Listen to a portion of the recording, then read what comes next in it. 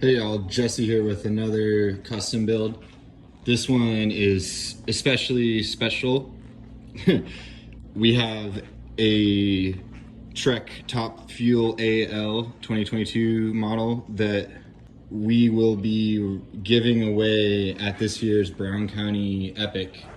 It's a fundraiser for the trail building in Southern Indiana. And this is a collaboration with SRAM, and SRAM has given us all these amazing parts to put on this bike. So collab between SRAM and the bicycle station. Bicycle station is providing the frame, wheels, and most of the stuff in frame right now. So SRAM has given us a GX Axis drivetrain. They've given us their new DB8 mineral oil disc brakes, RockShox SID and RockShox reverb dropper, and Truvative Descendant carbon handlebar. We're gonna put a Line Elite 30 carbon wheel set on this bike with some XR4 Bontrager 29 by 2.4 inch tan wall tires. I thought the tan wall would look really good. Even though this is an aluminum frame, it is actually fully tubed all the way through for all of the lines, which is really awesome. Thank you, Trek, for doing that and making this really easy to build. The new reverbs are actually really easy to install. You have to, it's an Allen key on that. And how it works is you unthread it from the hose. It's a tube.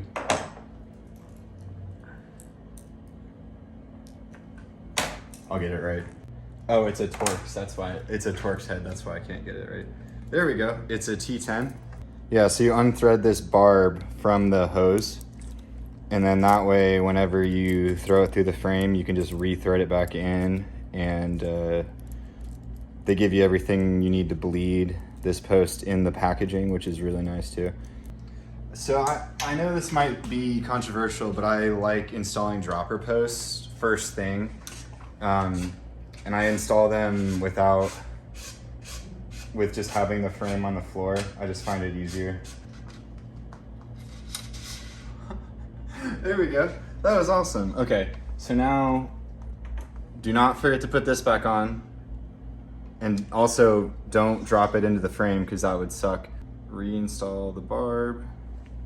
We'll have to take the front barb out in a bit to install to cut the hose to length. Not a big deal though, they made this really easy on me. Thank you, RockShox. Thread that back on. Get some grease in there. Sweet. Now we're ready to do some work. Yeah, this is too long, but the same fitting is in this handle, so once we get the fork installed, we'll mess with that later. If you're local or semi-local, please sign up. I'll have links to all of the event signups in the description.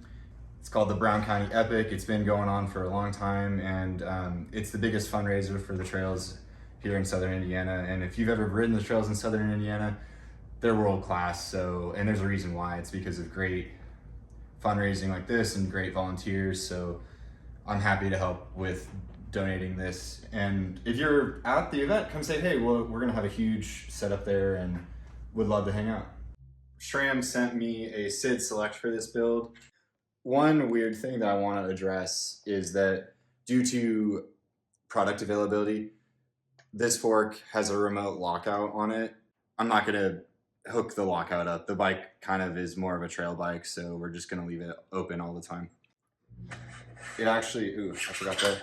I always forget something, dude. I'm a forgetful guy. When you buy a top fuel frame, it also comes with a stem, so you get the knock-block stem with the bike. And let's cut it. Always make sure that you position your cut guide correctly, because if you were to cut like this, whenever you finish the cut, the fork would fall to the ground, which would be really funny, but you don't want to do that with an expensive suspension fork, or any fork really.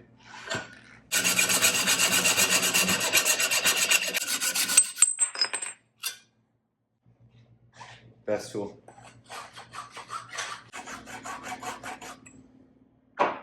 super clean. This could be your bike. It could be. All you got to do is come to the Brown County Epic. I forgot the lower bearing again. Very important part of a bike that for some reason I don't think you need. Hopefully you win this bike. That'd be awesome if you won. It feels good having a handlebar on the bike. It starts looking like a bike. 760, 20 mil rise, 35 bore.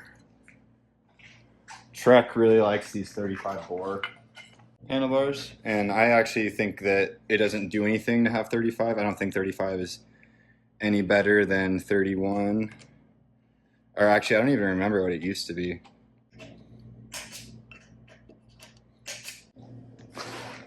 The knock block almost just killed me, you see that? Stabbed me right in the chest. This is actually the most interesting thing about the build from my perspective, because I've never messed with these before. It's like, whoa, SRAM with a mineral oil brake, that's like very different than normal. I mean, they've used dot fluid forever, so I don't have a bleed kit for this, so hopefully we don't need one. Looks like it uses a code brake pad. Uses the same fittings as all the other SRAM brakes, so that's convenient. At least that's. Thank you for not making it annoying, SRAM. Same old Matchmaker. Please don't get rid of Matchmaker. Nobody needs a different thing. Matchmaker is awesome.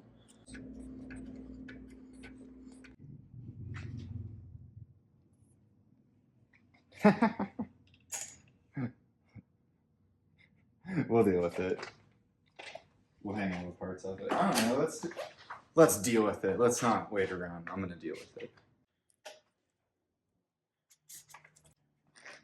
This is a good looking bike.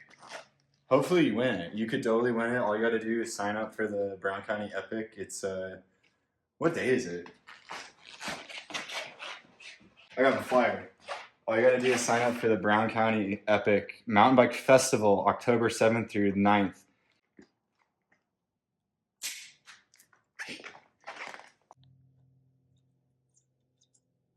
It still feels like it's got good pressure. This is a 160 in the rear and a 180 in the front. All right, so let's crack this open. Looks like a normal SRAM setup here. 8mm crush nut. Trying not to spill any of the fluid.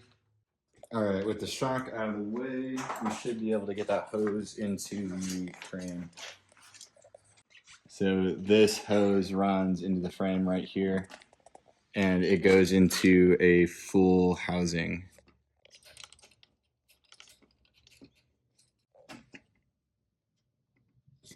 It did. All right. So now that we've routed it through the frame, it's going to magically come out where it's supposed to. What a great design. We got a brake line now. The suspension back together. These bolts go directly into the shock. Makes it really easy to install. We're going to be careful, trying not to spill.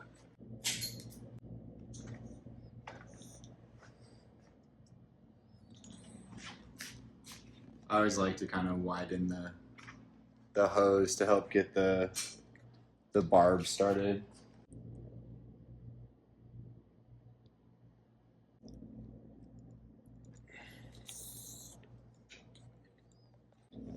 Cool, so the rest of this is easy. We did all the hard things already. Let's go ahead and get the wheels set up just because that's a fun thing. I always love setting wheels up. Making a mess. And then we gotta decide where the perfect center line is.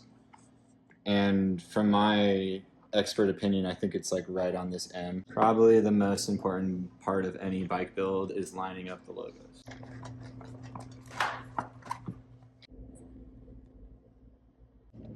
That's a really pleasant tire to install. It wasn't fighting me too bad.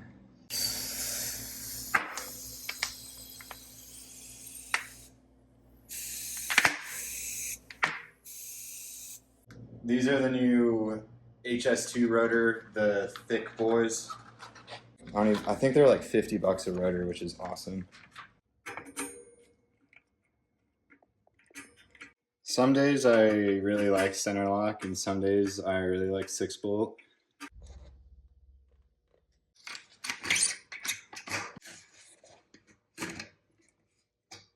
I would say we made the right call with the tan wall on this bike. One thing to note here is that this is a CL55 crank. Has the wider spindle on it, and that is to accommodate the wider spaced chain stays. Not that the bottom bracket shell is still 73, but the chain stays being wide to accommodate a bigger tire. You need to have the wider spindle to also work with that. So I just had to look up the spacing for this bottom bracket. It's like I said, it's CL55. I'm gonna get the cups installed before I reveal how big they are, but there's not a lot of room here to tighten this down.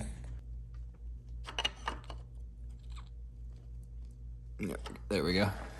Looks like they've decided to call this dub wide mountain, so they just changed that. It was CL55, but they've now changed it to mountain wide, which is confusing, but now I at least understand what they're talking about.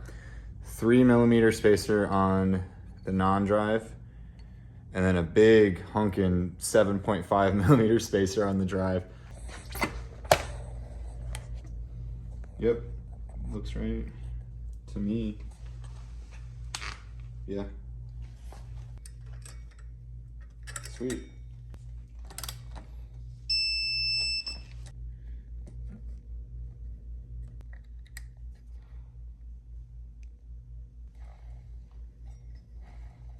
Not bad. Misplacing my knife is always... Oh, okay. There you go. Don't worry, that was my next spot I was gonna look. Matching pedals. We thought that the navy would look good on this build.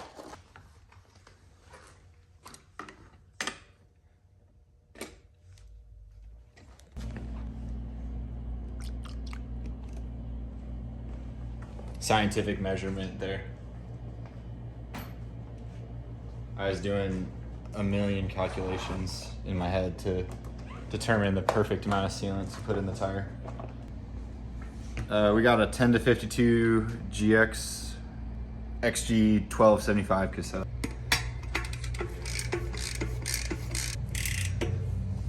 There we go. Nice and snug there.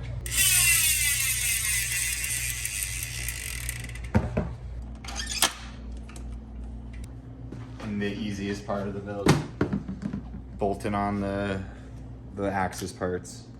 Are you thinking to yourself right now, this bike's my vibe? Well, you could win it. Just sign up for the Brown County Epic.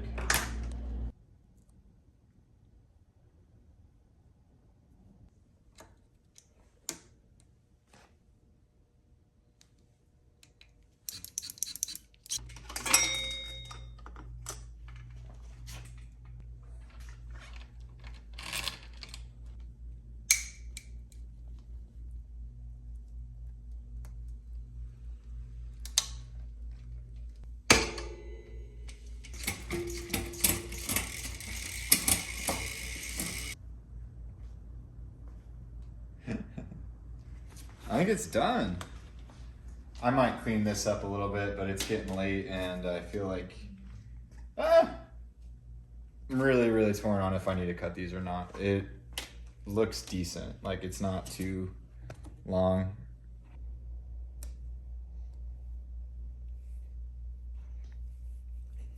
You could win this bike. All you gotta do is sign up for the Brown County Epic. I don't know if you have to be in attendance to win or not. You probably do. I'm gonna go ahead and say you probably have to be there to win the bike. But you should be there. It'll be an awesome time. We're gonna have a big presence there. We're gonna set up the tents and kind of move the store out to Brown County for the weekend. Thank you to SRAM for donating the parts, or half the parts for this build. very excited for this opportunity to give back to the community for everything that you guys do. I mean, we're a local small town business, and it's awesome to be able to get support from the community like we do. This bike is awesome. I love it. It just looks awesome, and I know it rides awesome too. I had a top feel for a little bit, and whoever wins this is gonna end up loving it. So sign up, donate if you're not able to sign up. Thanks for checking into the build video, and I'll have links to all of the Brown County Epic information down below.